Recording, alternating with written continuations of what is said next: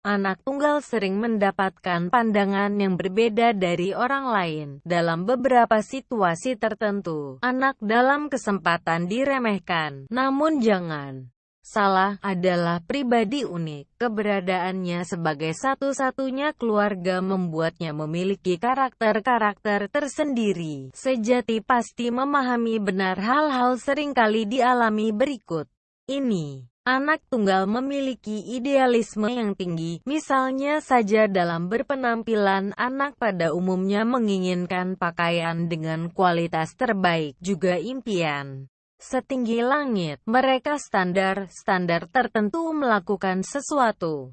Sebagian anak tunggal suka berpetualang dan bepergian. Mereka akan lebih sering merasa bosan di rumah. Pada anak-anak, biasanya pergi ke tetangga untuk mencari partner in crime. Dalam bermain, anak juga ingin menjadi seseorang yang berkehendak bebas.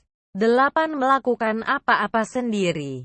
Jika membutuhkan bantuan, anak tunggal terbiasa untuk melakukan apa-apa sendiri di rumah. Berbeda dengan kakak maupun adik, mereka dapat meminta tolong saudara mereka sesuatu. Misalnya seorang adik kesulitan dalam mengerjakan PR, maka membantu. Begitu pula yang adiknya menolong merapikan dan mengambilkan barang. Anak tunggal memiliki konsep diri yang kuat dan harga tinggi. Menurut ilmu psikologi, berarti sejauh mana seseorang mengevaluasi menilai dirinya. Bagaimana kemampuannya, kompetensinya, seberapa berhargakah dirinya. Terkadang tinggi adalah sesuatu baik, di sisi lain, terlalu justru tidak baik. Misalnya seorang siswa harus memiliki harga dirinya tinggi supaya dapat merasa bahwa anak sesuatu yang berharga dalam dirinya. Namun lain soal jika diri terlalu tinggi, ia menilai jauh lebih baik dari orang sehingga menempatkan rendah daripada dirinya.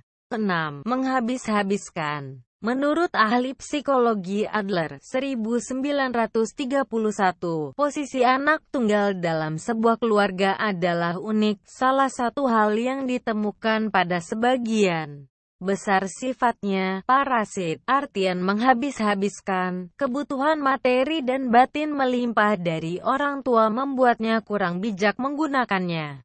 5. Perselisihan terhadap orang tua.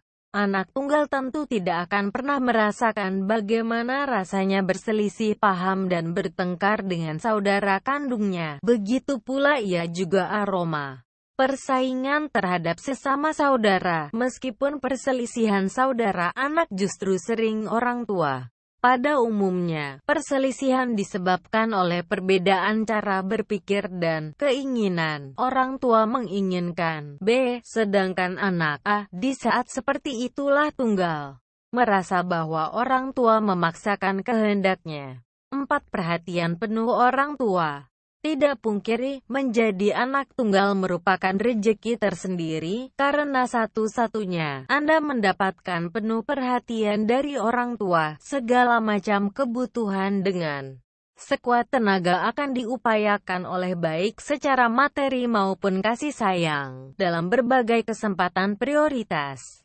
Meskipun mendapat perhatian penuh dari orang tua, tak sedikit anak tunggal yang merasa terkekang. Hal ini disebabkan karena adalah harapan satu-satunya dalam keluarga. Orang tua pada umumnya menitipkan harapan-harapan dan mimpinya ini, padahal hati kecilnya memiliki pemikiran caranya sendiri menikmati hidup. Kamu enggak punya adik, kakak? Anak tunggal dong. Dulu waktu kecil mainnya sama siapa? Pertanyaan di atas pasti setidaknya pernah Anda jumpai minimal satu kali seumur hidup. Mereka menganggap bahwa kesepian dan kurang bermain. Meskipun sebagian anak tunggal tidak menampik adanya hal tersebut. Meskipun tidak memiliki saudara, bukan berarti Anda kesepian, akan mencari peluang untuk berinteraksi dengan yang lainnya. Bahkan, sebagian anak tunggal adalah seseorang luas dalam bergaul meski sedikit manja. 1. Diremehkan dalam hal kemandirian.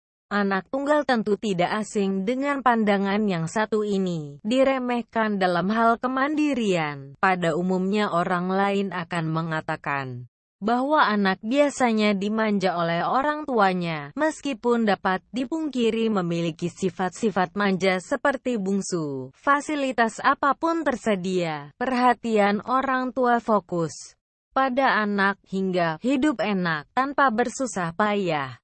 Padahal, tidak semuanya benar adanya. Tak sedikit dari anak tunggal yang ternyata dapat membuktikan bahwa mereka juga bisa hidup mandiri.